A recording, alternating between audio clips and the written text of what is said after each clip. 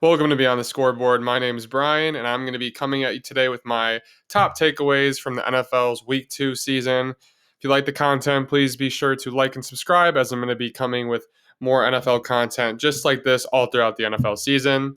So let's get right into it. So, to start this off, we're going to be talking about the Buffalo Bills. Week 1, the Buffalo Bills lost to the New York Jets without Aaron Rodgers. And there's a lot of talk in the media about Josh Allen's performance. Rightfully so. He did not play good at all. I believe he had 4 turnovers. But I wasn't worried about this team at all. Still, there's no reason to be, especially after this week 2 performance. But I wasn't worried about this team at all. They bounced back. They looked good. Their offense looked great. Josh Allen played good. And the thing with the Bills is they've never had a run game. And James Cook, all of a sudden, he looks pretty good. He had 120 rushing yards, looks explosive. And although he's not necessarily getting the goal line touches, the Bills have an actual weapon to hand the ball off to and get some yards, something they have not had under the Josh Allen era. So, going off of another team that really struggled week 1, on the flip side, still struggling is the Bengals. Joe Burrow, his calf has to be hurting him. I mean, they're saying he tweaked it after this second week. But Bengals 0-2 to start the season. Super disappointing start for another Super Bowl contender. We'll see how this calf injury plays out for Joe Burrow. They're saying he's questionable for his next start Monday Night Football in week 3. But overall, this team doesn't, I don't believe, should be super concerned. I mean, it's still the Bengals, still Joe Burrow, but they might want to consider sitting him until he's fully healthy because he's looked rusty. He hasn't looked like his elite Joe Burrow self. And there is a little bit of cause for concern, mainly because of that calf injury. Puka Nacua. This is another storyline that nobody saw coming.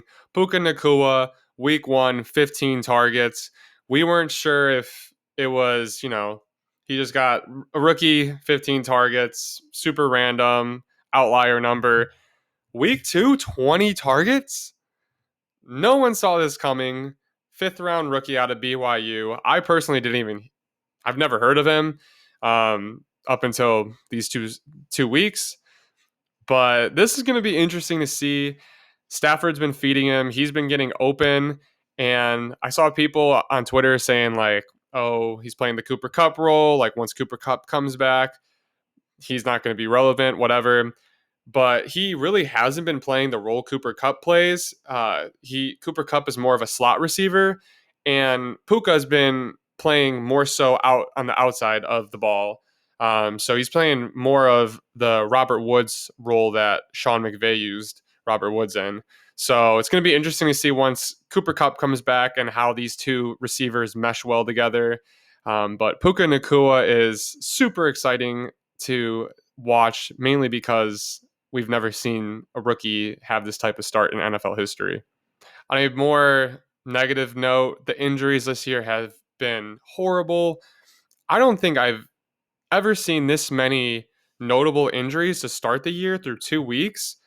Last week, Monday Night Football, Aaron Rodgers goes down. This week, Monday Night Football, Nick Chubb, knee is absolutely destroyed, out for the season.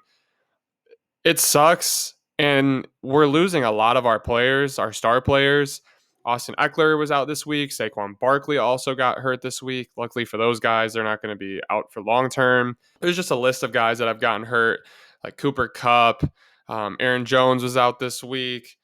J.K. Dobbins out for the year, so on and so forth. There's just so many guys, but hopefully this is not going to keep on going for the entirety of the year, but definitely a cause for concern. And with a lot of running backs already being hurt, doesn't help the running back discussion on them getting paid. So injuries, unfortunately, it's a takeaway from week 2. So one of my takeaways last week, I talked about how the Bears are bad, but I really didn't harp on too much about Justin Fields. But after this week, I feel like we kind of are seeing like Justin Fields isn't the guy. The whole thing about him was that he would leave the pocket too quick and take off instead of really trying to read the defense, try and find his guys. And it just seems like he really heard the noise and just completely tried focusing on that now because he's just sitting in the pocket way too long. Like I saw one play, I'll throw it up on screen where he just was sitting in the pocket like a statue, also had a guy wide open, and then just took a sack. And we've been seeing that a lot out of Justin Fields. I don't think he's the guy. I think after this season, the Bears should look to move on from him. Admit your mistake on drafting him. The current front office, the GM, he didn't draft Justin Fields, so I guess that's more of a reason to not keep Justin Fields. But unfortunately for Bears fans, I don't think Justin Fields is the guy. And for my last takeaway of week 2, it's going to be about the Panthers and Bryce Young. Full transparency, I am a Carolina Panthers fan, so take what I say about the Panthers with a grain of salt. But I think Bryce Young is really going to struggle this season. And the reason for that is the Carolina Panthers weapons are just so bad. There's not a single weapon on our team that a defensive coordinator would try and scheme for. There's not a player where they're like, oh, we need to stop this player. We don't have that at all. So I believe Bryce Young, for that reason, he's going to struggle all season. I mean, he's a rookie. Rookies usually struggle anyways. Look at Trevor Lawrence year 1. So I'm not really worried about Bryce Young. He's played 8 quarters of football, but overall, the Panthers offense, there's not going to be anyone that is going to help Bryce Young out. Maybe they look to make a move at the deadline for a receiver. We don't have our first round pick next year, so it's not like we draft an elite wide receiver for Bryce Young. So maybe there's an opportunity at the deadline for something like that. The Panthers could take on some money with having a Bryce Young on a rookie contract to get him some help.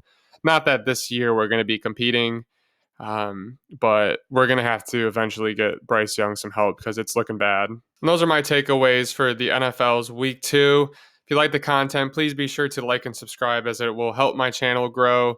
And I will be coming at you all throughout the NFL season with more NFL content just like this.